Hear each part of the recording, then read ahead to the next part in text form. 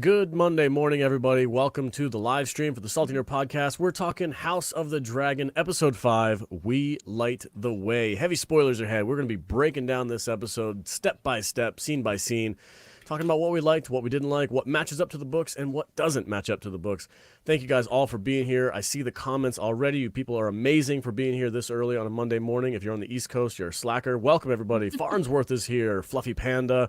You guys are great. You're here every single week.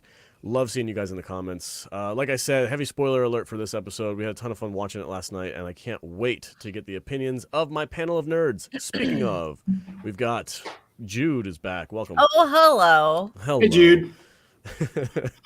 Charles is back again. Hi. How you doing, sir? Very good to be here. Excellent. And last but not least, I can't talk. Last but not least, the producer of the show, Matthew Kadish. Welcome, sir. I have a lot of salt for this episode, so Yeah. I'm looking forward to dumping it. Yeah, I gotta get rid of it. I'm Gotta like, get rid of it. because like I said last week, you know, I've started to watch the show with my wife, and after we turned the show off and we sat down and got ready for bed, she was like, "That episode wasn't very good, was it?" I'm like, "Nah." It's got issues. And she's like, "It felt really rushed." I'm like, "Yeah, that's basically what I took away from it." So I'll mention one thing. The title of the episode, Mm-hmm. that's the motto of House Hightower, just so you know. Okay, We I figured like as the way. much, considering the not so subtle elbow rig to the to the audience at the end of this episode. Should we tell everyone where Matt Vader is? Well, Matt Vader is hanging out with his wife. They wanted to have like a little alone time, so they took the day off. I mean, it's nobody's business what he's doing with his wife. Jeez. I'm just gonna say it's just a little bit of alone time. It's fine. It's fine. Everybody She's deserves not that. going to appreciate that. Well, that's the Fine. reason Vader is not with us today. All right. Because we Hey, killed him. yeah, I knocked him off his horse. Yeah.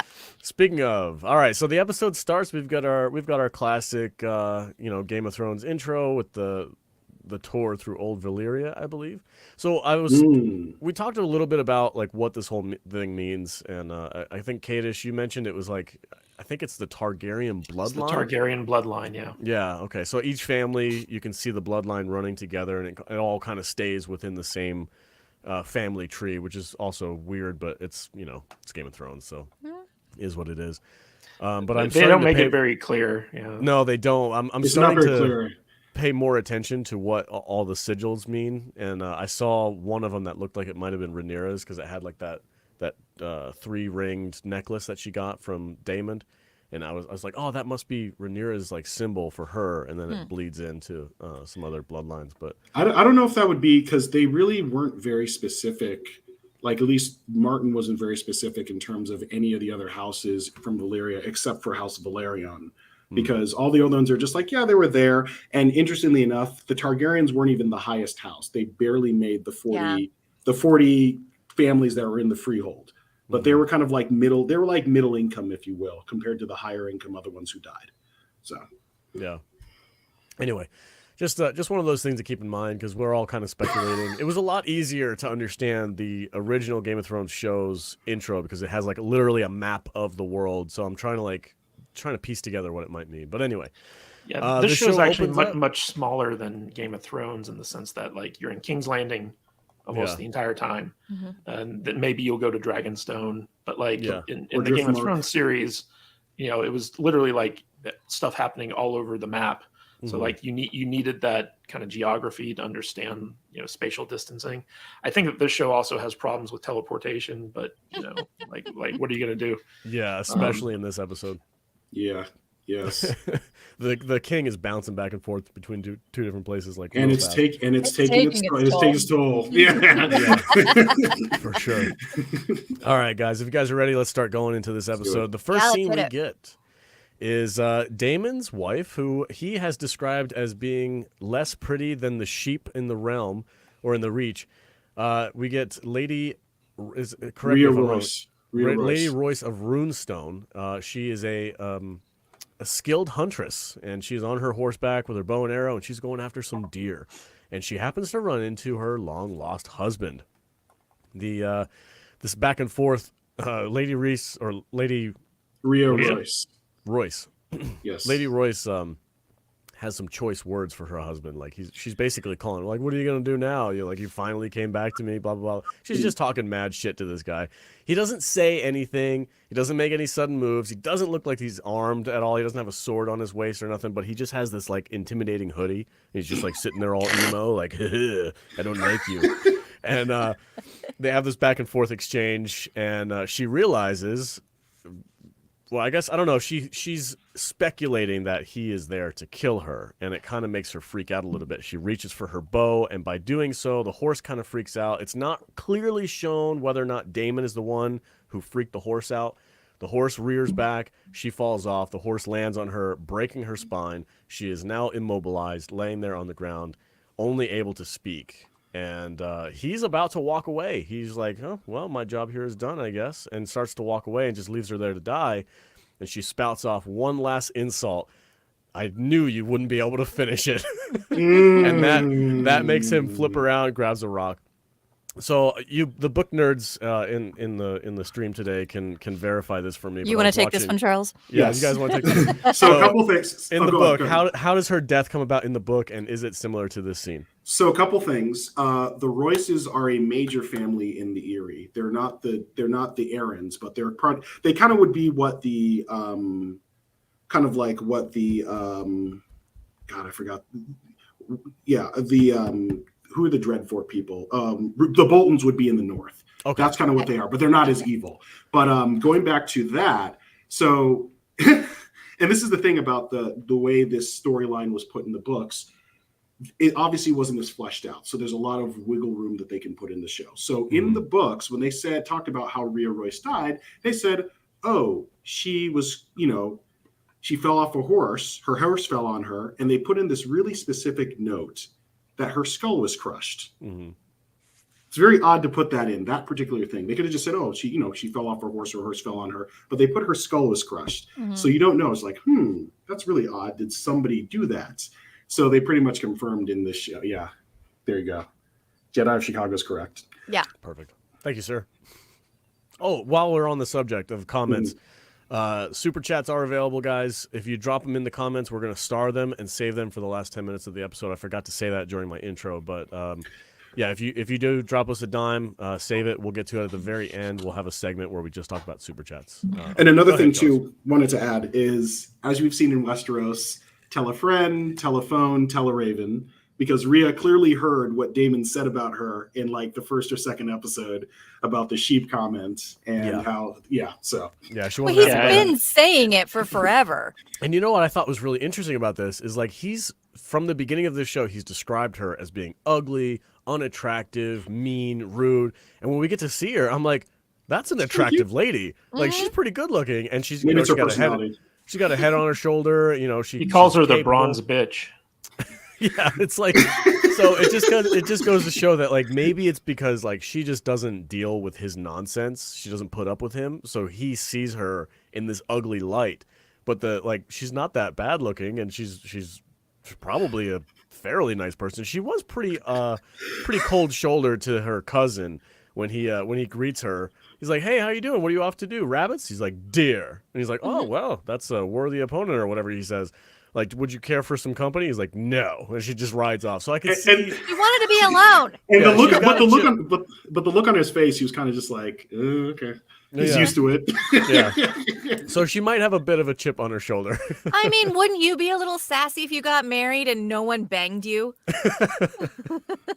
All that pent up sexual energy. Yeah. And now she's not allowed to bang anyone else. My husband's just out, riding dragons, telling everybody how ugly I am. Fluffy Panda has a pretty funny comment about why the horse freaked out. I love that. I like this comment. No. That one. It was the one before. She's not related enough for him. That too. Yeah. Speculation. Damon smells like dragon. Okay. I think that the show. I think that the show put this scene in specifically to make it clear that the show thinks that Damon killed Rhea. Yeah. I mean, it's not played out like this in the book, so the only reason to put it in the show is to make it clear that Daemon is playing the Game of Thrones, and he needed to get rid of his wife. Yeah. Well, we should point out that so the books are told from unreliable narrator sources. So like it's basically a maester who's interviewing people to piece together the history of the Targaryens. And so like the books are very ambiguous. There's a lot of like he said, she said stuff. Whereas the show, they've come out and said like the show is canon. So like what happened in the show actually happened. And the book is kind of like someone trying to piece together what happened based off of different sources. So there's a lot of wiggle room for the show to kind of basically come out and say, hey, this is what really happened. Like for instance, in the book, last episode we saw Rhaenyra hook up with Sir Criston, and in the books it's never clear what actually happened between them, if they actually ever had sex or whatever. It was speculated in the book that she tried to tempt him to have sex with her, and that's what like caused him to get insulted because she was trying to impugn his honor and stuff like that. So like in the show, they actually showed us like what actually happened. And interesting that you say that, because like kind of piggybacking on what Matt said, they had mainly two specific points of views. You have the maester or the archmaester, and then you had Mushroom, the court jester, who we haven't seen, the fool. And did we see him this episode? Yeah, Matt was like, "Is that Mushroom?" Yes, he did. He was a midget too. He's a dwarf. But the thing is that they actually went in the other direction, where there was another POV. That there was one POV where Damon showed Rhaenyra what to do. Kristen got kind of horrified and like, no, but they actually showed the other thing that they did, where Kirsten was like, hey, let's run away together. And she was just like, but she wasn't as rude as she was in the book about it. But I think that what they did add is they confirmed specifically, yes, they did sleep together. But anyways, yeah. The next scene I want to talk about, it's a little bit out of order, but because it's so isolated within the show, I kind of wanted to get it out of the way so that we could talk about Viserys traveling and stuff like that. But one of the next scenes, I'm sorry, what did I say? You said the king. I think you fused them together. Sorry. Yeah. I'm not 100% today, guys. I'm sorry. I apologize. Fair enough. So one of the next scenes I want to talk about was Otto Hightower talking to Alicent right before he leaves King's Landing. There's a very important conversation that happens here between the two of them, where basically he kind of calls her out. Like, she's like, I don't want you to leave. And he's like, well, you made this happen because you chose Rhaenyra over me, and you believed her over your own father, and now this is the consequences of your action. He's like, now basically you're on your own, so you have to decide what type of person you want to be. I'm not going to be there to guide you anymore. And like, on the surface, this is like a really nice father-daughter moment where he's like, I love you, I'm gonna leave, I hope you're good, whatever, I gotta get out of here though. This is your fault, by the way. But like, he's been manipulating her and putting her in this situation the entire time. So I'm like, there's no way you can blame this poor girl for this. No. Like, he's been using her like a pawn. Yeah. And now he's finally he's dealing with the consequences. He overplayed his hand. Yeah. He did. He's been moving her around like a chess piece, and when it didn't go his way, he was like, now look what you've done. Yeah. Fuck you, Otto. It's total bullshit. Lizard. So like if you didn't know the character very well, like if they hadn't done a good job in the previous seasons of like establishing what type of person he is, you might think this is like a nice heartfelt moment for father-daughter moment or whatever. And he's like, no, he's just being a douchebag. Yeah. So anyway, Charles or Cage, you guys have any thoughts? I will say that Otto is someone who understands how the Game of Thrones is played. Mm-hmm. And he can see the writing on the wall with if Rhaenyra ascends to the throne and she has children, the first thing she's going to do is kill all of Alicent's children. Yeah. Because like that's the only way to really secure it, especially for a woman. So like he's worried about his daughter, and I think he's a little bit bitter that she was able to basically believe Rhaenyra's claims about what happened that night. And Alicent, she's very isolated. So she wanted to believe her friend. She wanted to believe that she still had a friend with Rhaenyra's. And Otto knows that Rhaenyra's is not her friend. But with Otto gone, Alicent is fully isolated. Like, she doesn't have anyone that she can confide in. And I think that's one of the reasons why when she discovers that Rhaenyra was lying to her through Sir Criston Cole, Rhaenyra was lying to her through Sir Criston Cole, that she turns to Sir Criston to be like, you know, the one person that she can rely on, because he never lied to her, even though like he, for self-preservation, he should have. So she knows that she can trust him no matter what. And that's like her one lifeline. Well, we don't see that yet. It's not fully confirmed. Well, we did see that, I think. It's much later in the episode, yeah. Also, I think that Alicent she's made it clear that she's very alone. She feels very alone, and she always has. And I think that she felt like Rhaenyra must feel the same way, because they used to have each other and now they don't. So she doesn't have anyone either. I want to be for her what I wish someone would be for me. So she wanted to like believe in her, because nobody's ever like really had Alicent's back either. And then when it turns out she was totally betrayed by her, then she's like, oh, I'm gonna fuck this bitch up.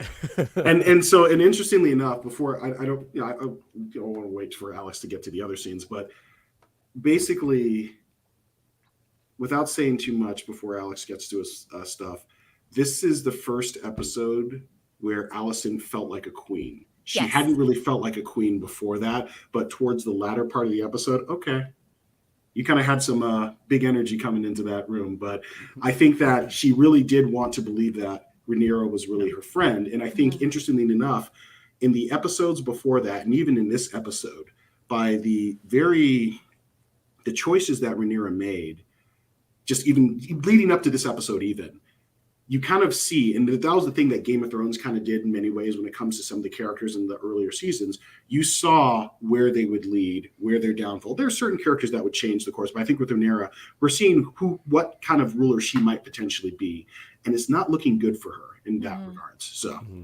yeah. Yeah, she had the big green energy. Yeah. I can't wait to get to that part. So let's move on then.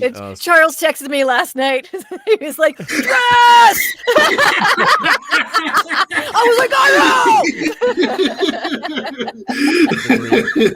I knew you'd appreciate that. So she looked amazing in that dress. That was a beautiful dress. She did. Yes. Yeah. So we get to see the king traveling and his entourage to go see the sea snake, to basically officially announced that the marriage between his daughter and their son will join the houses together, and they will move on to become king and queen. This scene is filled with like just showing how bad the king is as far as health goes. Like, he is not doing well. He's getting seasick on the boat. Yeah. He can barely walk. He's coughing. He's just down and out.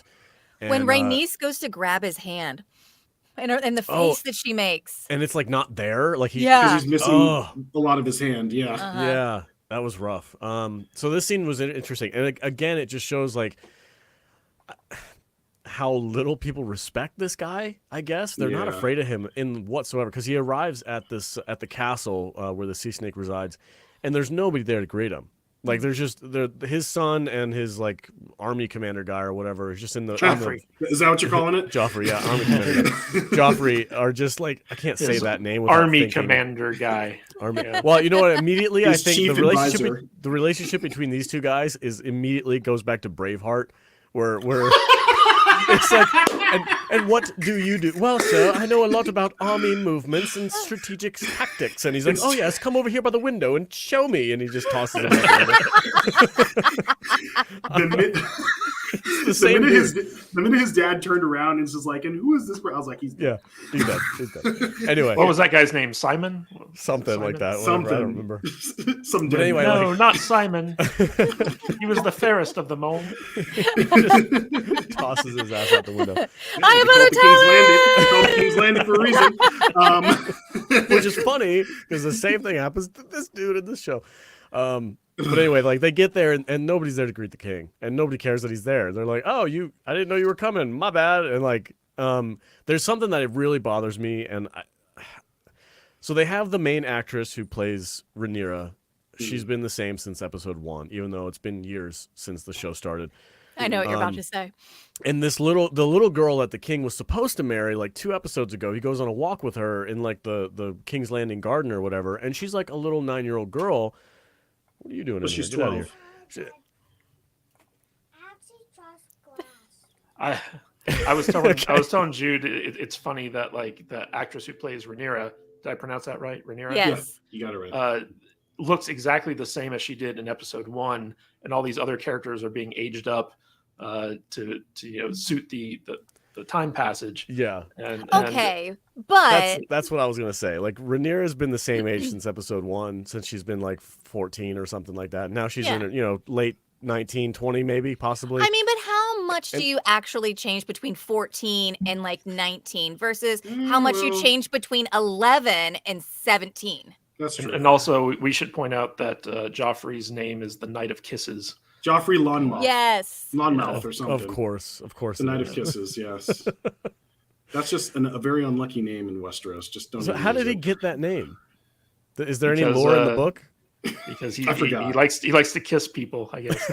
But the interesting thing about the scene is that so in the books, Rhaenyra doesn't want to marry Laenor because she knows his predilections, and she's like, I'm basically marrying a gay man, and it sucks.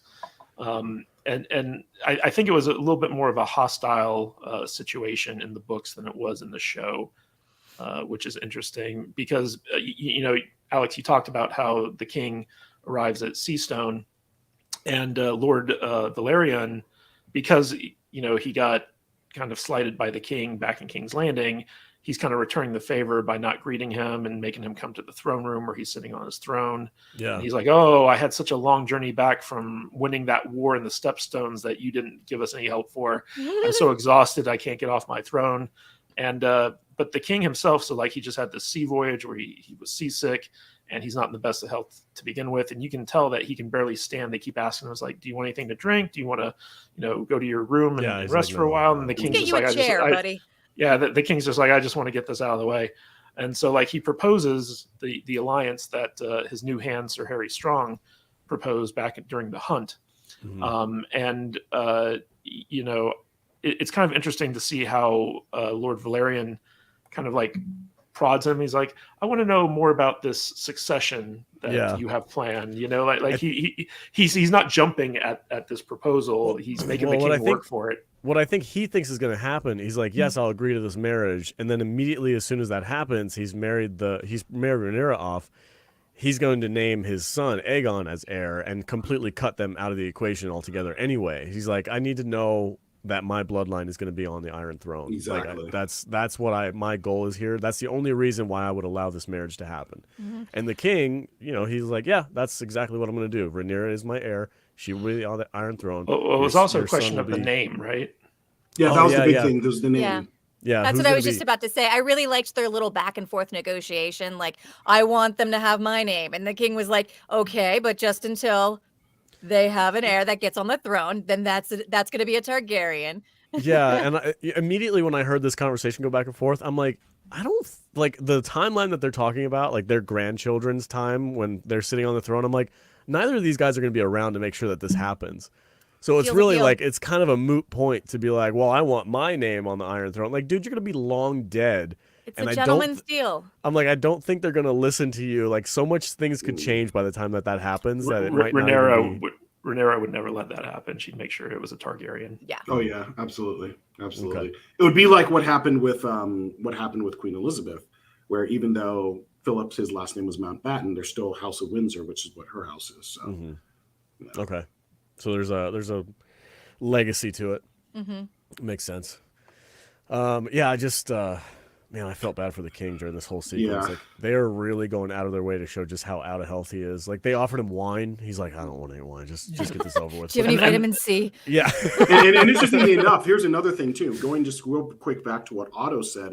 Otto pretty much called it. He's like, he's not going to be an old man. He's going to die. Yeah. Whether it's like a couple years, maybe some months, he will not live to be an old man. And he's right. And in the books, like he wasn't having all these health problems in the books. He had gout. He had some. He had a decent amount. He had a few, but like it's not as bad as what they're showing in the show. Also, I feel like the show is trying to make it clear that like the chair has done this to him, and that's not really how it plays out in the book. It's just shit happens and he is deteriorating from it, and then but but the show is trying to make it so like he's not a good king, he's a weak king. The chair is rejecting him. And not only that, here's another thing that probably is a problem.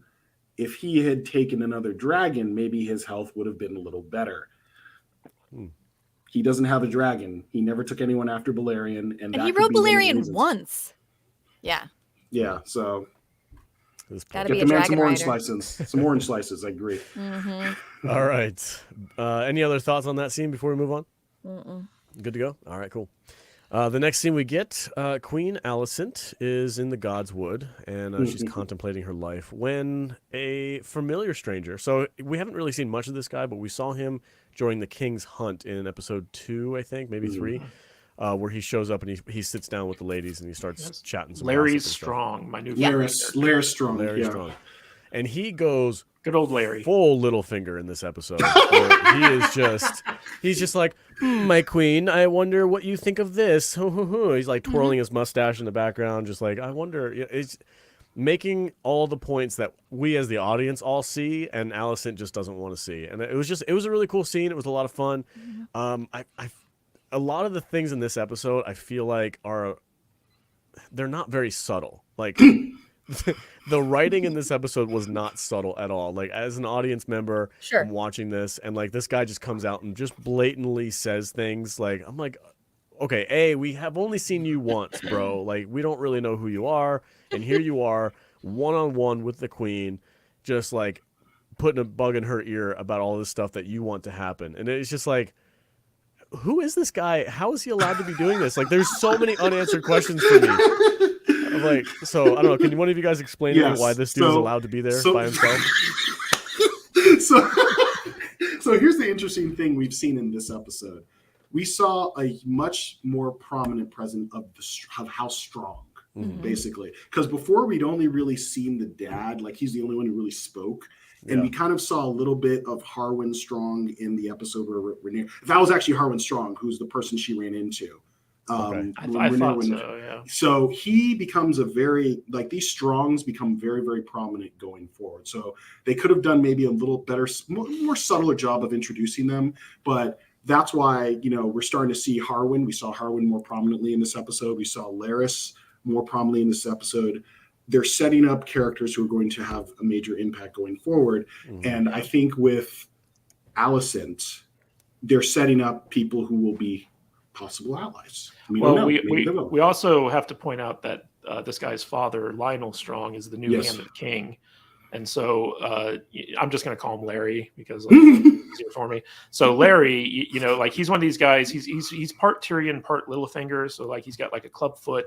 And because he can't fight or anything like that, he's kind of like he blends into the background and he observes a lot. Yeah. And so he's very politically savvy.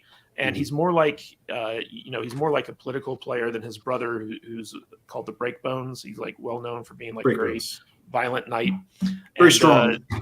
And the Strongs are the lords of Harrenhal, basically, which is the cursed castle. And yeah, pretty much. and what's interesting is that right now they're being set up to align with the queen, but I believe in the books they actually align with the Targaryens down the road. So it's kind of interesting to see how Larys is kind of like poisoning the well against Rhaenyra with Alicent in this episode.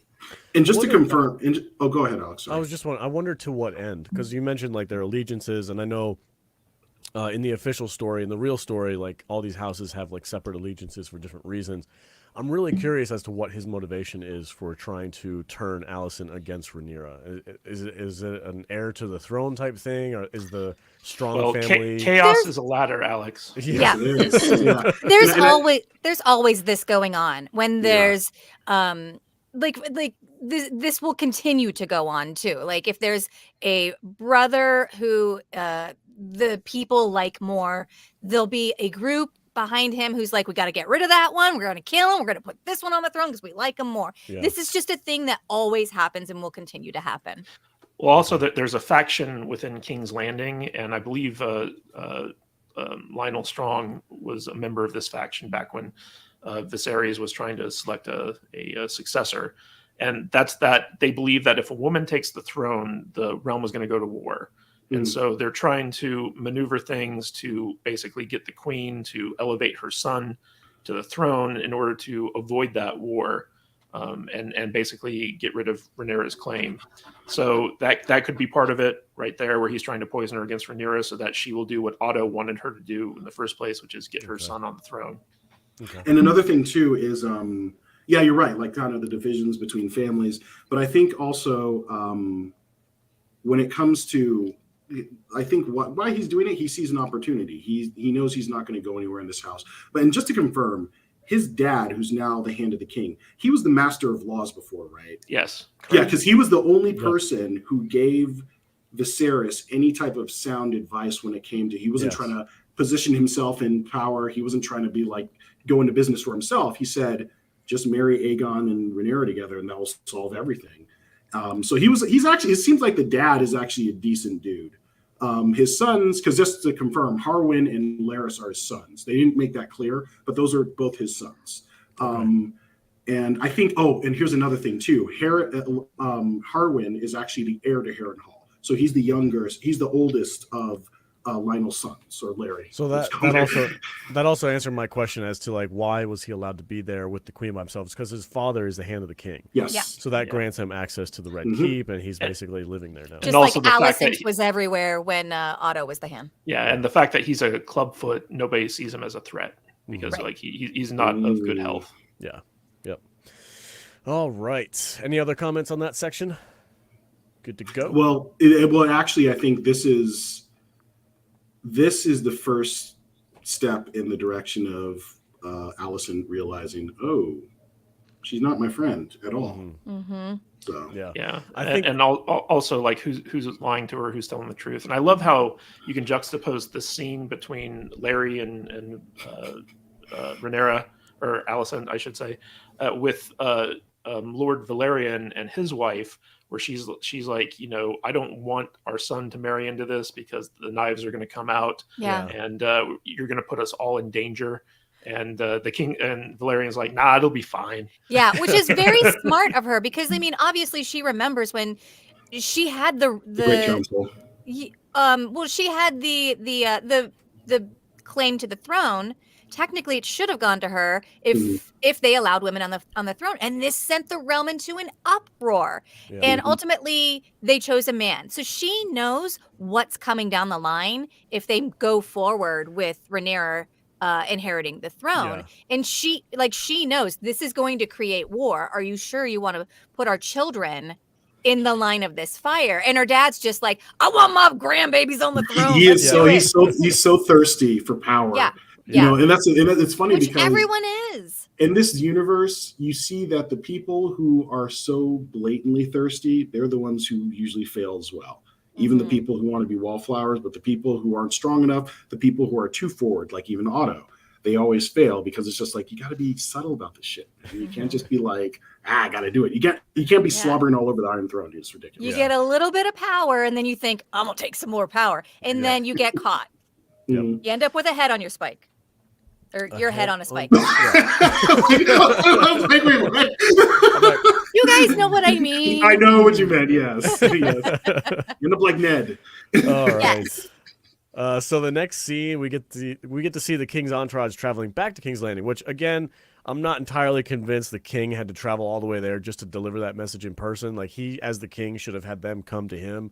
That just seems like the right thing to do to me, but whatever. That's besides the point. They're traveling back to King's Landing. But I mean, that was the point, right? Yeah. Is that Corlys wasn't going to go to him because of the previous slight.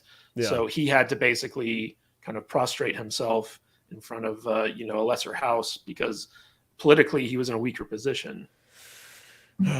This king and is that just goes to show how weak of a king Viserys is, because he could have given him a royal decree and ordered him to come to King's Landing, but he didn't do that because he knew Corlys was going to be like, fuck you, dude, and that was going to start a war, and he didn't want that. So he was like, I'm just going to be a little bitch, and I'm going to go show up with my kid and ask him if I can have one of his kids for my kid. It was a terrible, terrible and Alicent's reaction when the king collapses was priceless.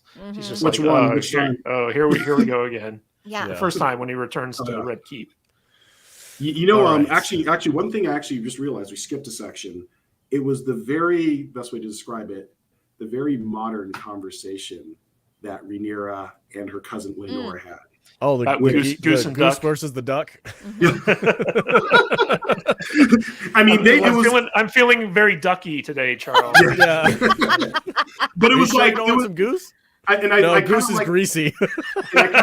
Goose is too greasy. Goose is greasy. I kind of like the fact that there was not hostility. There was at least some slight familial affection, because at one point they grew up in the Red Keep, or at least, Corlys's kids. So it was kind of friendly, actually. It was actually kind of, very like decent. And they kind of decided, okay, hey, we got to do this. Open relationship. Yeah. Well, much.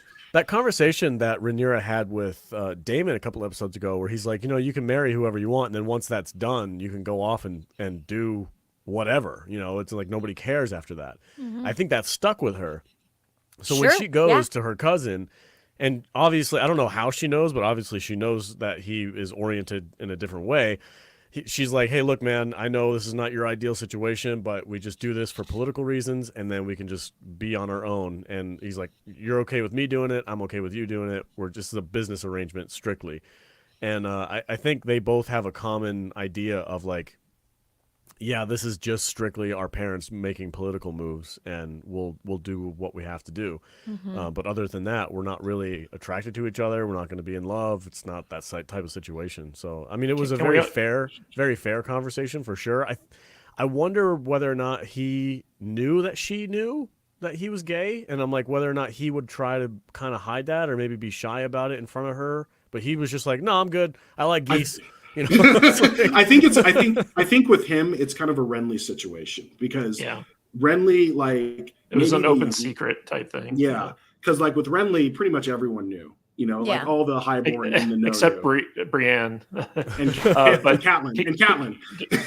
Can we just talk about how Laena Velaryon is all grown up now and looking pretty darn good? Very comely. I think she's still a teenager. You should watch it. Just like tone that down. Well, let's move on. She's of legal age in Westeros anyway. So. Well, she's 15. She can be bedded. All right. Kind of gross. I'm just saying. Her saying. I ain't saying. I'm just saying that if Viserys were to go with a walk with her now, he probably wouldn't be so hesitant. Mm-hmm. So could he even finish the walk? That's the problem. Yeah, that's the thing. Like, if he would have waited, could he have finished the walk at this point? I don't know if he would have produced any heirs if he would have waited this long. But anyway, the next scene we get, Sir Criston Cole makes his move. So he comes up to Rhaenyra. They're on the boat. It's very romantic. He's like, let's run away together. And Rhaenyra's like, nah. Like, look, man, you got a nice dick, but I don't want to marry you. She's, and honestly, but like, she's like, I'm not going to walk away from my throne, my kingdom. Like, I'm the heir.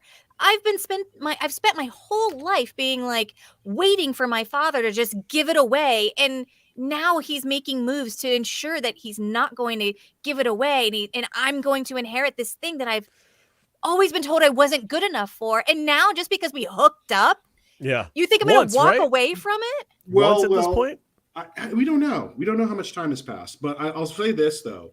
Interestingly enough, he does kind of use her words against her in the beginning, where he's saying, you talked about how you feel about this. Obviously, she's clearly venting, like how you just don't want this, you don't want to do this. So let's do that, and that's very in line with what, from one account in the books, what Criston kind of, offered her was like, hey, let's go away together to the free cities. I'm able-bodied. I could be, I could get us money. We could do this. And interestingly enough, she was like, let's just keep it the way things are, dude. And she doesn't like turn him down, like go away. She's like, let's just keep doing what we're doing. Yeah. His brain breaks, basically. Well, and he it's one of those things where like the guy is in love with the girl who has a boyfriend, and he's like, hey, commit to me and leave the other guy behind because you don't really like him that much because you're sleeping with me. And she's like, I kind of like things the way they are. And he doesn't like that. Go ahead, Jude. Charles, correct me if I'm wrong, but in the book, isn't it more like he thinks that she's in danger and wants to like protect her and take her away. It wasn't a romantic gesture in the book, right? No, it was romantic. Was it? It was romantic. Okay, yeah, I don't remember that. But I know that both accounts in the book, I don't think they'd slept together in the books. Correct. Like that was my take. Because I think what happened is that he'd rejected her, and then he came back like, hey, you know, kind of like Johnny come lately or Criston come lately, and be like, you know, let's do this. Let's get out of here. And you know, yeah. Poor Criston Cole. Yeah. Like, I was rooting for him. Fuck that guy in a minute. Yeah, I was rooting for him for the first 4 episodes of this show. I was rooting for Criston Cole. I was like, that guy's freaking cool. He's got it, he's got a head on his shoulder. He's a noble knight. And then this episode, I was like, oh, bro, like, what are you doing? He feels like he dishonored himself because he broke his vows, and so he's desperate to kind of recapture that honor that he felt she stole from him. Basically, Joker just had a really funny comment. What does it say? Criston Cole is that simp for an OnlyFans girl. Yeah, no kidding, huh? Well, the mistake that Criston Cole made was that he fell in love. That was the mistake he made, because all these Kingsguard, they all got their little mistresses on the side. This is this is not a thing. This is just, you got to keep it quiet. You just don't catch feelings. He caught feelings for the queen. That was, or soon to be princess, whatever, for the heir, and that was the mistake he made. And then he's now blaming her when it's just like, dude, you're a willing participant. You took off the armor too. So, Yep. And speaking of Criston Cole and getting his honor back, I know, I saw the comment too. He goes back to King's Landing. He's getting ready to get off his shift, and the guy's like, some messenger walks up. He's like, "Sir, you've been summoned." And he's like, "I just left. Like, who? Why?" He's like, "No, by the Queen." And he's like, "Oh shit!" And he goes back to the Queen, and they have a conversation, a very frank conversation. The Queen wants truth about what's happened with Damon and Rhaenyra, and Criston Cole's like, "No, they never banged. But we totally did." Yeah, she's like, "I just would like somebody." He's like, "I totally did it." He just gives it all up. He folded like a he's like, rug, he's like crying. He's like, "I couldn't hold it in anymore." I'm just on my white cloak is stained. Yeah, he seems like a bit dramatic when it comes to like his honor. Well, if you look at that scene, he thinks that she already knows. Yeah. Right. Because the way she's phrasing things, she's thinking it's Damon and Rhaenyra, and then there's Criston Cole's like, oh, she knows about me and the princess, and so like he basically just admits to it instead of like trying to like wiggle out of it. Please just behead me. Yeah. She's like, no. Yeah. Don't cut off my dick. Don't cut off my dick. Don't torture me. Just kill me. That's hilarious. That y'all are crazy. I would rather be beheaded than to lose my penis. Okay. Yeah. Okay, buddy. All 100%. right. And so, and that's the thing. He gave up the game, and it was interesting because I think even though Rhaenyra technically didn't lie to her, not fully about Damon, she still kind of lied to her. You know, it's just about what she lied about. You know, she said she was still a virgin, right? A maiden. Yeah. And she said Damon never touched me, which is also not true. But also, like, fuck off. Don't slut shame. Oh, yeah. No, I don't mean you fuck off. I mean Westeros fuck off. Yeah. Well, you know how it is back then, and that, you know. Sure. Here's the thing I appreciate. With this show, they don't try to drag it into modern sensibilities. They keep it in the medieval setting and the patriarchal society that it's supposed to be, which makes more sense. Yeah. Unlike other shows. Yeah. We're not talking about Rings of Power today, Charles. but this is actually the scene where you can see Alicent basically, like, she realizes that Rhaenyra lied to her, and she's shattered by it. Yes. And this is the scene where she makes that flip where she's like, okay, I need to do what Daddy told me to and start playing the game. Yeah. The old man was right. The old man was right. Yeah. She's starting to realize that she needs to step up and but not start flexing. Yeah. She's come too far now to not be playing the Game of Thrones. Yeah. She can't just be like, oh, that's my friend. I just want my friend back. It's too late. We've come too far. Yeah. Can we also shout out all the pornography on the walls in her room? I mean, well, she's not getting pleasure like from her husband. Wall-to-wall pornography in there. You know, not getting pleasure from the husband. You might as well get it from somewhere. I want to get the scene from Indiana Jones and the Last Crusade where he's talking about the tapestries. Yeah. Just plug that in here. The tapestries.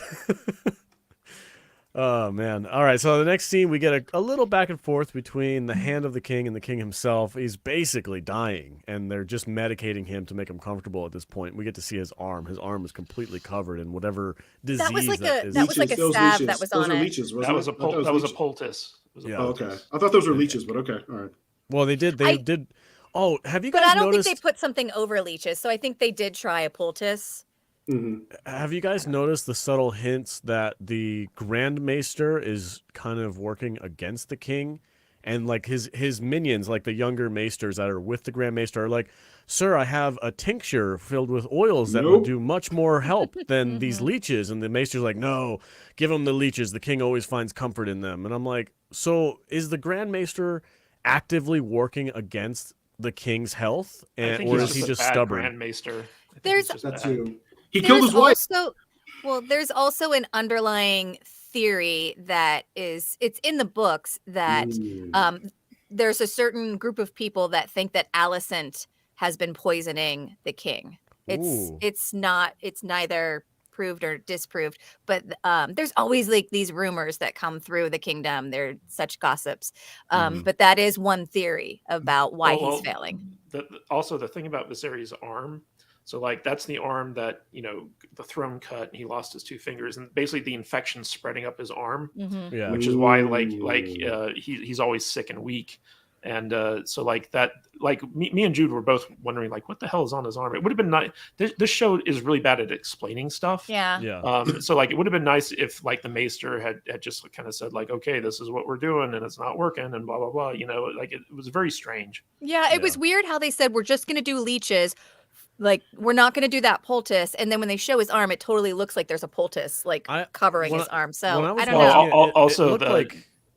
It looked like his Chicago skin was rotting off. Go ahead. Okay, I'll read this here. There's also the Grand Maester conspiracy that they were the ones who poisoned the dragons over time. Oh, we're not there yet. Yes. We're not there yet. Let's not get there. Let's not get there. That's way far in advance. Yes. Spoiler alert. But and anyway, the conversation that they have together was very interesting because the king, I think he kind of sees himself as weak. He's like, I've been a weak king. I've never conquered anybody. I've never been to war. I've never done any of this.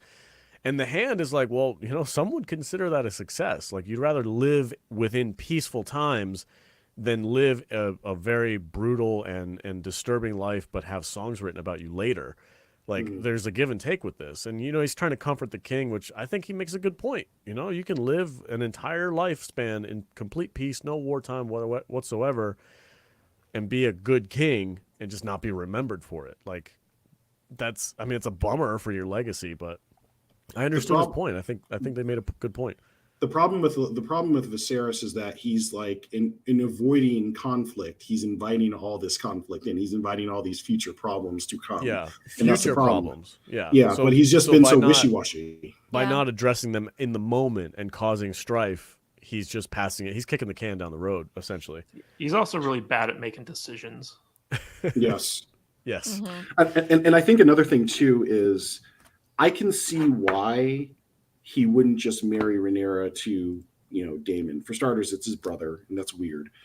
Even with Targaryen. Even with Targaryens, that's weird. I think just because he knows how Damon is, and he sees that he shouldn't be anywhere near the Iron Throne for obvious reasons. So he probably is thinking that as well. But I mean, he probably should have just gone with either. He should have just gone with marrying Rhaenyra to Aegon. That would have made more sense too. Mm-hmm. So that would have solved a multitude of problems. He should just task Damon with conquering Dorne or something just to get him out of the way. Yeah. All right. Are you guys ready to move on to the big wedding? Yes. All right. So it's actually not a wedding; it's a wedding reception. A wedding reception. The time warp takes place, and people magically get to King's Landing within a day of things beforehand. Of course, everybody teleports to King's Landing.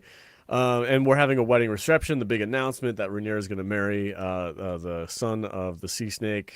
I say that because I can never remember how to say his name. Laenor Velaryon. Velaryon. And then they have the big reception. Everybody's there. The queen's missing for some reason, which is interesting to begin with.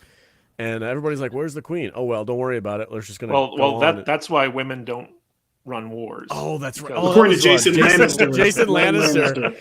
And also to confirm it. And also just to confirm it, this reception was supposed to kick off like a week long. A week. Of, 7 days of tourneys jousting and feasting. Yeah. Then the wedding. The end of this episode is the thing I have the most salt for because I felt it was so poorly handled. Yes. Yeah. So we can just talk about it. So the queen does show up and she's in her all green gown. Mm-hmm. And for those book readers, you knew exactly what this meant the minute she showed up on screen. But because the showrunners have no faith in the audience, they had to have a scene where somebody goes, "Hey, did you know that green signifies that she's calling her bannerman?" Like they just the most unsubtle way possible. Like they could have hinted it.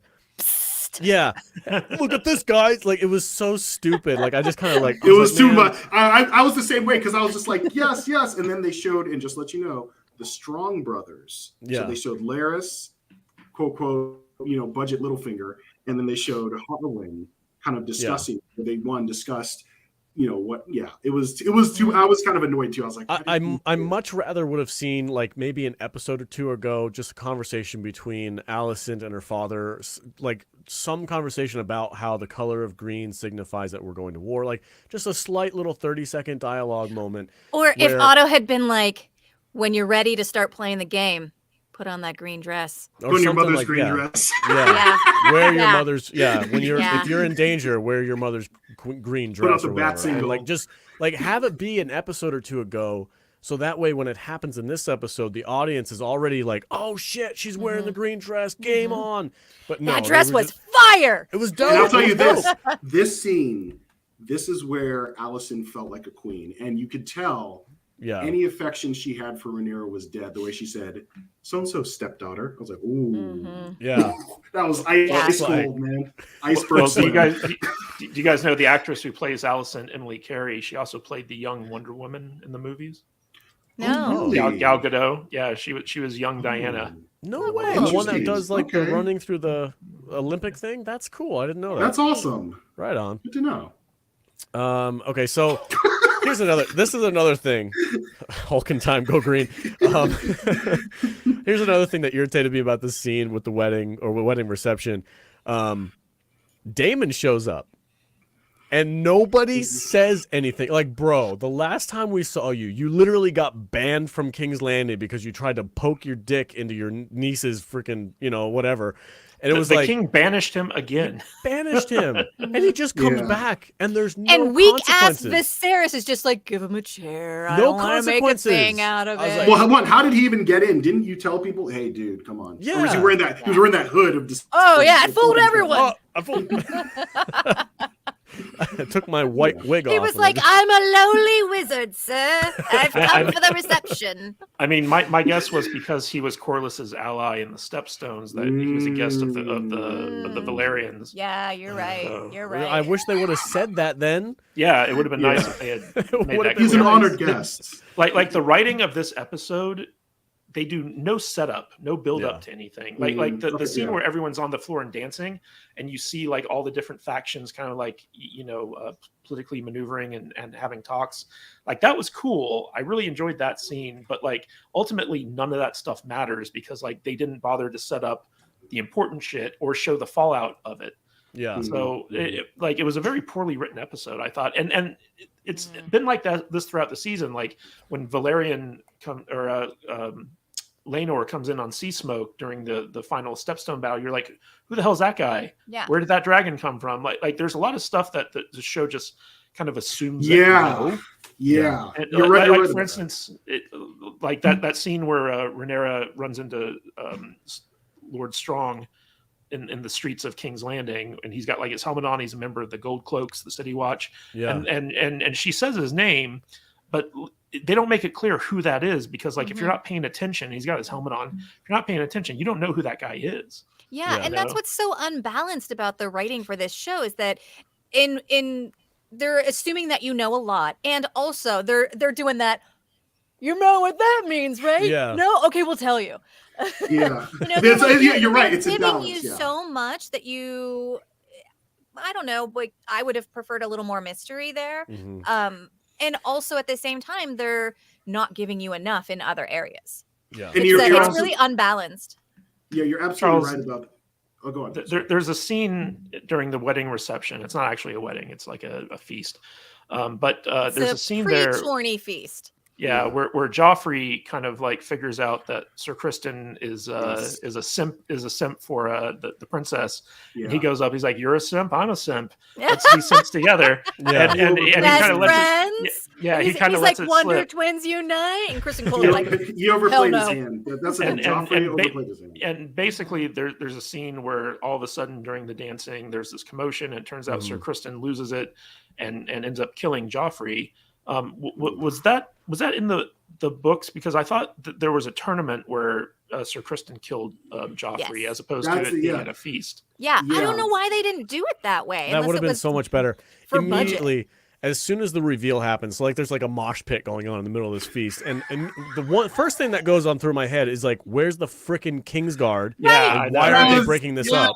This made like, no sense. There's literally an establishing shot of the entire area, and you can see the commotion in the middle, and there's like 9 or 10 Kingsguard all the way around not doing anything. Actually, and I was six. Also, Criston Cole just beat a man to death. He crushed his face, and there's no blood on him. Yeah, there's no. And also, apparently, there's no consequence for murder in this. Yeah, too. Especially in front of the king. Yeah, right in front of the king at a feast. Sir Criston Cole beats the living hell out of beats a man to death in front of hundreds of witnesses, and he just goes about his business at the end of this scene. And I'm just like, what? That doesn't make any sense. Like this part of the episode was so poorly written. It was very badly, and the jump cuts were bad too in terms of just even the beating. Yeah. And also, like, so after the murder happens, basically Viserys decides, okay, I don't want to wait for anything else to go wrong. We're going to do a shotgun wedding right now. Yeah. But they don't explain that until you get to the behind the scenes thing where like the show creators are like, oh, this is what happened. And I was like, it would have been nice if you had made that clear in the episode, because like the ending of this episode was almost nonsensical. Like you couldn't understand what the hell was happening. Yeah, exactly. Right. And the fact that you guys are telling me that in the book he kills him during a tournament, which would have been able to cover up a murder. Like, if you're going to kill somebody, do it during a tournament and make it look like an accident. That would have been perfect. Here's another thing, too. Yeah, go ahead. Here's another big thing that would have, oh, my God. Because now that you guys are pointing this out, I'm like, yeah, you're actually right. Because in that tournament, in this tournament... Charles is broken. Yeah, not as bad as Criston Cole. But in the tournament... Basically, that's where we really see Criston's allegiance switch to Alicent, where he initially would have worn Rhaenyra's favor, but he wore green. He wore a green whatever on his thing to show his like that. Oh, it would have been so much. I didn't catch that. Yes, and he didn't do that, and that would have made so much more sense. Like it was just right. It was just rushed, poorly done. Yeah, and even just going back. And going back to Harwin Strong, you're right. The only time we'd seen him, we saw him during the King's Hunt. He didn't say anything, or maybe said one thing. And then we saw him again when he caught Rhaenyra, and you didn't know who he was. Like, who's this guy? And then we see him again, and then I guess the king trusts him because when he was going to get Rhaenyra, King gives him a look, and he starts throwing bows and throwing bodies out of the way to get Rhaenyra out of there. Yeah. But we didn't really know who he was until this episode where they were like, focus a little more on him. Well, also the character, the Breakbone character, plays a big role with Rhaenyra in the future, yes. and I feel like they haven't set that up at all. No, not at all. Yep, not at all. And real quick, going back just a little bit during this scene, Rhaenyra and Damon start dancing on the floor together, and they have this like, just kind of forgot. Where's that? There was something else that they foreshadowed. I didn't even think about that, but that's true. They did. With this back and forth between Rhaenyra and Damon on the dance floor, where they're talking to each other, and they're like, "Oh, why don't you just marry me and take me instead? If you don't, you just killed your wife, yada yada." Whatever the conversation was. She's such a little shit talker. Oh yeah, she's super shitty. He likes that. And then it cuts. I like the way this was edited because it cuts to the king looking at this happening, and then it cuts to them dancing, and they kind of get lost in the crowd a little bit, and then it cuts back to the king, and he's just like, what is he doing? And then you see Damon grab her face and like almost look like they're starting to kiss. And I'm like, yes. Why is everybody letting this happen? They also have. I didn't get kiss.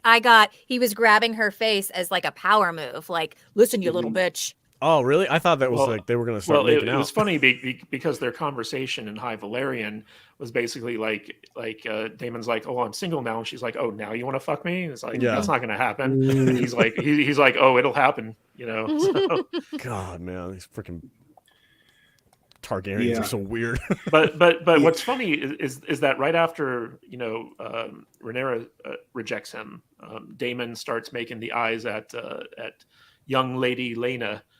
Because she's looking a lot older than 11. And I think in the next episode, they're just going to jump to what we know happens between those two, which I thought was kind of weird. I would have liked to see more setup for that. This episode was really good at establishing stuff, but not very good at setting stuff up, especially for stuff that's coming down the line. And it was really annoying to me because I like the dance scene, but at the same time, I'm like, they're basically skipping over a bunch of really necessary exposition and setup that we need going forward. Yeah, which was, I mean, and knowing what's going to happen in the next episode, we're going to have like a 10-year jump for the next episode.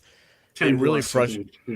Yeah, it really frustrates me. Whole new actors. Yeah, everybody's going to be brand new actors, all that stuff. They're literally time jumping 10 years or so, and it's that really irritated me because like there's so much that needed to be said, and it felt like they were just rushing to put the chess pieces where they needed to be instead of explaining how they got there. They're just like, oh, Criston Cole's here, Rhaenyra's there, Damon's over here floating around somewhere, and they just like rushed everything.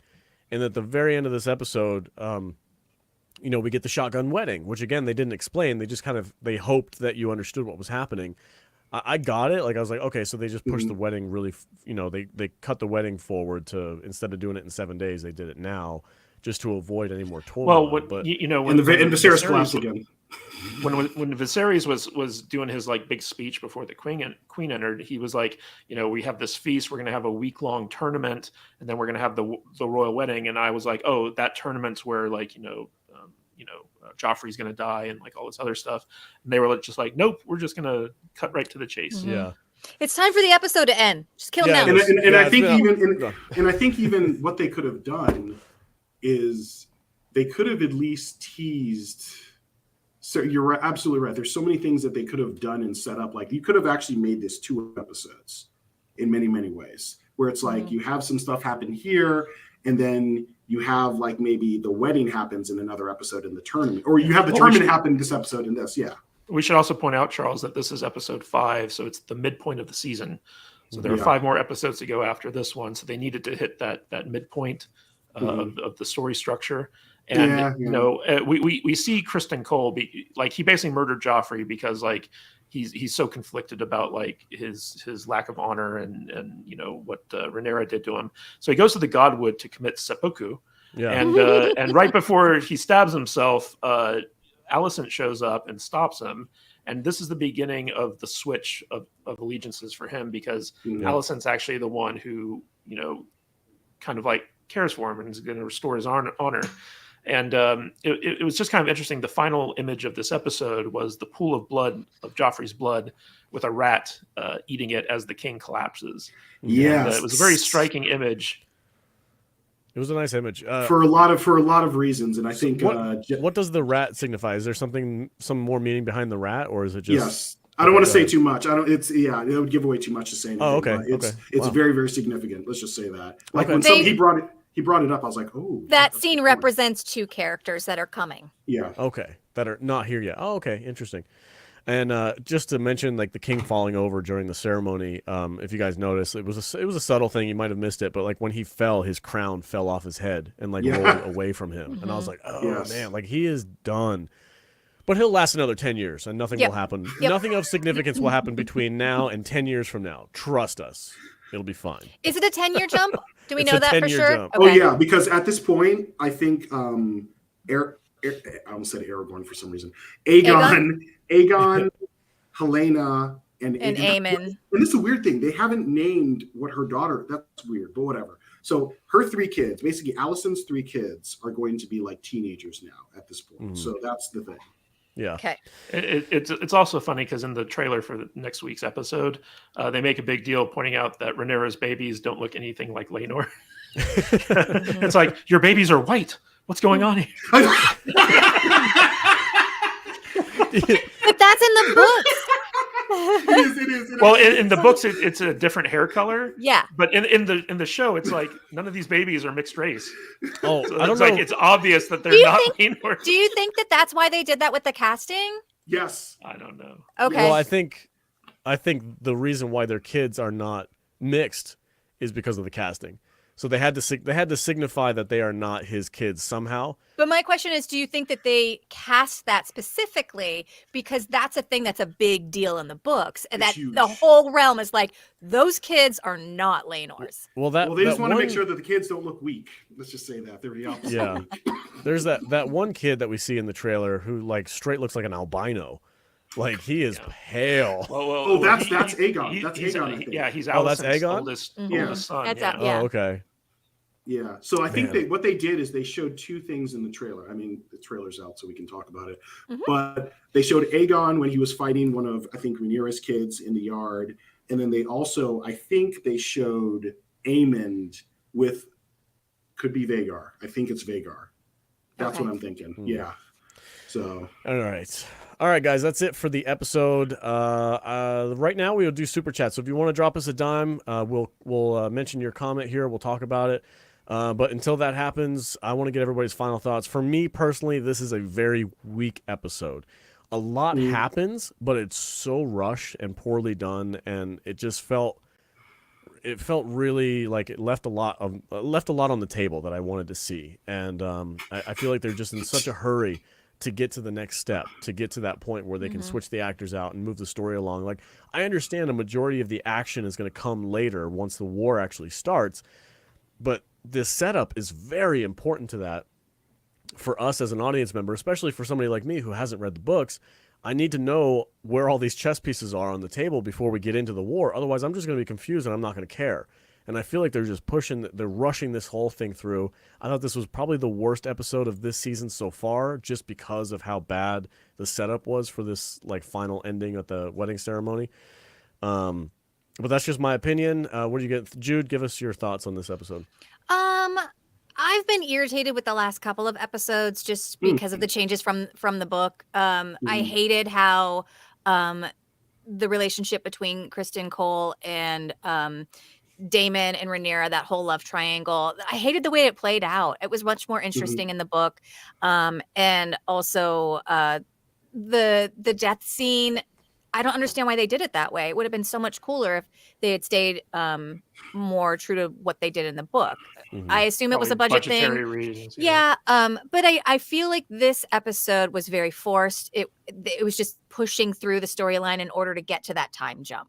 And I guess that's just a thing you have to do when you have a finite number of episodes to get through where you want to get to a certain point. So I'm just going to say that this is probably just that episode where they needed to do that and hope that the rest of the season is pretty strong. We'll see. Yeah. Charles, final thoughts on this episode? I liked it a lot more before this podcast. I'll just say that. But now that I'm really thinking about it, because I think you guys watch it twice. I think I only watched it once. But I just, in hindsight, you're absolutely right. Like there were good things in this episode, but I think overall, structure-wise, there are better ways they could have gotten there. Like there was some good symbolism, but there was, like, for instance, when they kind of just hint, here's what green means. There could have been a better way to really kind of subtly show the formation of the greens. I like that Alicent, again, finally felt like a queen. Her entrance was fantastic, but I felt that moment was squandered because, one, they had this, and you're right, you're absolutely right, Jude, where it's like some moments they don't explain enough, other moments they just hit you over the head with it, where it's just like, okay, that was too much. You need to pull back. Give us some credit. I did feel it was kind of a weak episode in hindsight. And I felt that they didn't really properly set up the factions the way they should have before this time jump. They didn't do it properly. They could have done it, and I think ultimately, hopefully they'll still be able to recover once they do the time jump, but I thought that narratively wise, that's such an important aspect of the Dance of the Dragons, and we only saw the color, and I felt that was just weak sauce in how many ways that they did. And I felt that aside from just how they could have better done the Criston Cole, Rhaenyra, Damon setup, they also didn't set up properly what happened with Harwin Strong, what's going to happen with Harwin Strong as a character, given his importance, or even just the Strongs as a whole. They're too busy with Jason Lannister making his bad quips. So that's my thought. I agree. In hindsight, it was a weak episode. It's probably the weakest of the 5 that we've seen so far. Okay. Matthew Kadish, final thoughts, bud? Yeah, I agree with everyone else. This is the weakest episode yet. I feel like, the premiere started off really strong, and then it just kind of went steadily downhill with each episode. It's like pizza. It's kind of like bad pizza is still pizza, so bad Game of Thrones is still Game of Thrones, except for season 8. But that's a poison pizza. This show does enough right to keep you engaged, but it also keeps making more and more mistakes that piss you off. And I would agree that the time we spent with Jason Lannister making a fool of him would have been better spent showing a developing relationship between Harwin Breakbone Strong and the princess, because there is a big, kind of story between those two. And I feel like Breakbones hasn't been established as a character yet, whereas his brother, who doesn't play as big of a role, is getting a lot of screen time. There was so much stuff, especially at the end of this episode, that needed a little bit of setup, a little bit of exposition to make clear. And it just wasn't there. And Jude and I, as soon as the episode ended, we were like, do you know what happened? And we're like, no, I have no idea what happened. Leaving the audience confused is never a sign of good storytelling. Yeah. So the show, and I also think that there's going to be an issue where in the next episode, so there's a 10-year time gap, and Rhaenyra and Alicent are played by different actresses. And I think that people have gotten used to the current actresses who play these roles, especially the girl who plays Alicent. She's been killing it. And so we form an attachment to them as an audience, and now all of a sudden we're switching it up. And we know that they're the same characters, but they're different actresses. And so we're starting over essentially with these characters. And it's going to be a bit jarring, I think. And I'll be interested to see if they can pull it off, because switching up actors mid-season is a very bold move. We'll see if it works out for them. I'm on board with that move, though, because it's kind of subtle in the book, but there's an additional rivalry between Alicent and Rhaenyra, because Alicent, as she aged, she continues to be beautiful, and Alicent, as she's aging, the realm is just she's not really, she's letting herself go. And that was Rhaenyra. Rhaenyra was the one letting herself go. What did I say? The realm's the You said Alicent. Sorry, I meant Rhaenyra. Yeah, Alicent has continued to be beautiful, whereas Rhaenyra, the realm thinks that she's letting herself go. Yeah, she doesn't drop the baby weight and stuff. It kind of affects how the realm sees her, and I feel like it was they were either going to have to put a bunch of layers on top of the actor who was playing Rhaenyra, or they were going to switch actors, which I think was a fine move, and I think it's a subtle thing that's also kind of important in the story. Before we get to our super chat, I just want to point out Joker Voice said that to his knowledge, there's not weirwood trees in King's Landing. There's actually are. So in the Godswood, there's one weirwood tree because Sansa goes there all the time to pray because that's right. The guards aren't allowed to enter there. So there is one weirwood in the Godswood, which is why it's the Godswood. I have a question before we get to super chats, but go ahead and finish. Are you done? That was it. Okay. Yeah. Sorry. I just wanted to go around and see if anybody has a team yet. I think the book nerds are we know what team we're on, black or green. But Alex, where are you at? I was on Rhaenyra's side for the majority of this season so far, but with recent events and how this episode is playing out, I'm kind of leaning more towards Alicent. Okay. Because I think she has better morals, I suppose. Okay. She's more in line with a morally correct character. I could be wrong. That's just my gut feeling right now. Like I was early on, I was like, oh, Rhaenyra's cool. She's riding dragons. She's doing fun things. You know, she's shaking things up, but no, like she's becoming more and more of like kind of a dick in these shows. More, she's already there. Yeah, and so I'm kind of like I'm not so hot on Rhaenyra so much. I kind of like Alicent, and I feel like that boss move where she walks in the green dress. That kind of, I was like, oh, I'm kind of team green. Like it was freaking, it felt really good to like see her kind of like make her stand and have that moment. And I would have loved it even more if it was actually set up properly and it was like done really well. And maybe she had even told some of her bannermen and they all kind of had like some kind of a green sash or something that they could have showed just to show like there's people on this side of the aisle who are team green and they're showing it. They're showing the queen's support by having like a green sash on or something over their outfit. I'm like, that would have been so cool to just have like the establishing shot of the wedding reception and have like a whole side of the room be like all kind of bathed in green while she walks down the aisle. I think the next episode is the green and black episode. Okay. Kadish, what team are you? So I am team Larys Strong. I'm team Chaos Ladder. I don't like either the Targaryens or the High Towers. I want to see like the Littlefinger guy kind of come in and start poking holes in everyone. I knew you would have a contrary opinion. Yeah. And Charles, just because. I'm feeling kind of the way Alex is feeling, where it's like you want to side with the Targaryens, but like first off, Rhaenyra is such a little brat and an idiot, you know, just the way she's handled these relationships. And you can see Alicent's side of the equation. Yes, her dad has manipulated her from like day one, even just as far back as Jaehaerys, the conciliator. But he's right, though.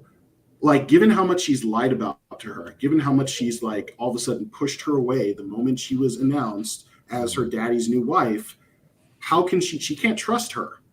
You know, and Otto, power hungry as he is, he's not wrong when it comes to your kids. Are you really going to bet on Rhaenyra's mercy?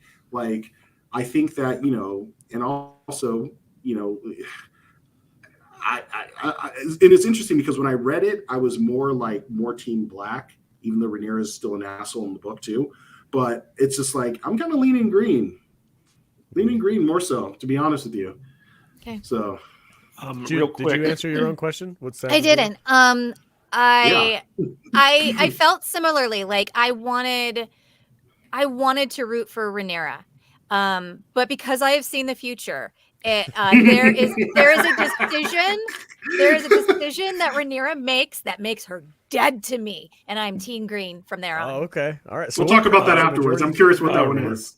Real quick, we kind of passed over an important scene, which is where the king's brother drops some big Damon energy with Lord Royce, who confronts him about murdering his cousin. And Damon's like, oh, by the way, like I'm still her husband, so everything she owns passes to me. Yeah, pay up. And the look on that dude's face when he realizes, like, he didn't even think about her inheritance, and he's just like, wait, you inherit everything? God. He turned the color of milk of the poppy. Yes. but that's also a very like kingly move. Like very shrewd. On some of this stuff. All right, we're ready for super chats. We've got one super chat from Fluffy Panda for $5. Thank you so much. Very generous. You are here every week, money. And I think you drop us a super chat every episode that we do this. So thank you so much for your continued support. Really, and appreciate also it. a great point. And also a great point. Let's read it. Here's some salt money. Funny, the worst episode of this season will be 100 times better written than the best episode of Rings of Yawning. I've only watched like maybe 10-15 minutes of the first episode of Rings of Power because my wife started watching it and she was like, you want to watch it with me? And I was like, kind of, no, but well, I mean, whatever. And I've heard nothing good. And that, like, Charles, I think it was before we started recording, but Charles brought up a good point. They were like, usually the Access Media, you know, these websites will kind of guard these shows from criticism. Forbes came out. Forbes, the shill of all shill rags, came out and was like, this show is not good, guys. The show sucks. And I read that and I was like, oh my God, Forbes is going after them? That's horrible. When Forbes is coming after you entertainment wise, like saying your show sucks, like that's something you can't ignore. That it's one thing if it's like a CBR or like Cinema Blend or whatever, but if it's like a Forbes, like that's seen by people in that industry. So it's like, well, Forbes is basically owned by Disney, and so Disney was like, hey, go tell everyone the Amazon show sucks. No, but they've gone after Disney stuff too. That's the thing. When Disney's kind of done something, when they do that, just like, oh, okay. Yeah, I've never seen Forbes go after people that way. Most of the time, they're talking about toxic fandom and stuff like that. Yeah, like, oh, don't listen to these toxic fans. They don't know what they're talking about. Because Forbes is actually read by the stakeholders, like the major stakeholders. So that's why it's important. Yeah. So we actually have a big question that needs to be answered before we leave. Okay, go ahead. Dennis Who's Wright, the hottest queen? Yes. In this show, me. Ask me next episode. Ask me next episode. Like early on, I was thinking maybe Rhaenyra, but this Alicent is coming up in the ranks, man. That boss move when she walked out in that green dress, I was like, oh, the queen has arrived. Queen's Landing. I think Alicent. She's a cool. I'm gonna go with Daenerys. Daenerys Targaryen in chaos. Yep. She's my queen. I don't want it. Don't want it. Don't want it. What was Robb Stark's wife's name? Oh yeah. She's the hottest queen. So depending on who we're talking about, are we talking about show? No, Robb Stark. Oh yeah, the TV show. Yes. Okay. God, what's her name? They made her from Jean Westerling. No. That's in the show. That's in the books. It was something with an M, wasn't it? It was. I keep wanting to say Mysteria, but that's in this show. No. She's from Volantis. I remember that. She's from one of the free cities. Whatever. So you guys all know who I'm talking about. Yeah. She was the hottest queen. What's called? Una Chaplin. That's the actress's name. And she was gorgeous. Yeah. Like her character, like how beautiful she was in the show, like during the Red Wedding. I was devastated. I think Joker voice has the winning comment. Yeah, Joker. Marjorie Tyrell. Marjorie Tyrell. You know what? It was Talisa. He's right. That's right. Jedi of Chicago's right. It was Talisa. That was her name. Talisa. Okay. Talisa. Yes. Yeah, she's gorgeous. She's technically a queen, right? Because she married the King of the North. Yeah. Yep. King in the North. Technically. King in the North. All right, guys, that's it for the show today. Thank you all for being here. I think we topped out at like 36, 37 people. So thank you guys all so much for joining us today. Don't forget to tune in. So can this show redeem itself? This episode was not great. We'll see what they do with the 10-year time jump. We will be here next week, Monday, 9:30 a.m. I think the guests on the show might be a little different. We're going to get some new people. So Charles, you'll be here, but I think Kadish and Jude are traveling, correct? Correct. Yeah. Okay. But Vader will be back. A time jump. Yeah. Time jump. Yeah, we're going to be replaced by different actors. Yeah.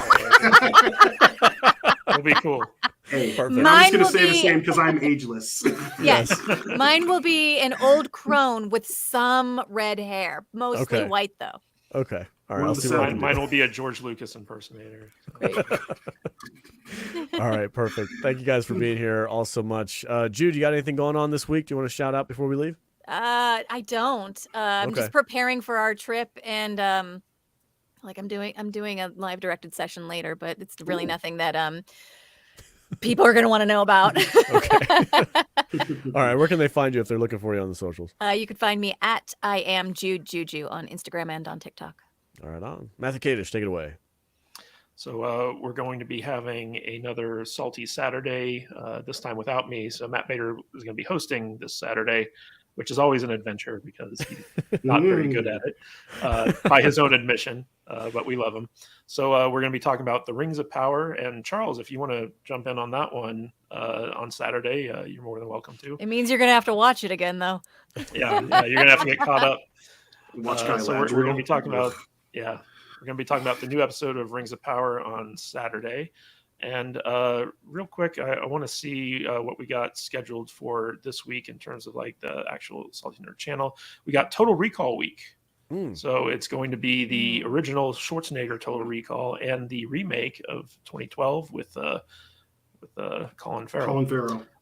Yeah, so like we got that coming out, and of course our C coverage continues this week as well, and we're having a lot of fun talking about that show. So I cannot wait to talk to you guys about this newest episode. Yeah, so it's going to be fun. So that's what we got going on the Salty Nerd. Right on. All right, Charles, take it away, sir. Say your goodbyes, and where can people find you? You can find me on the Instagram, CCEKEKE on the Insta.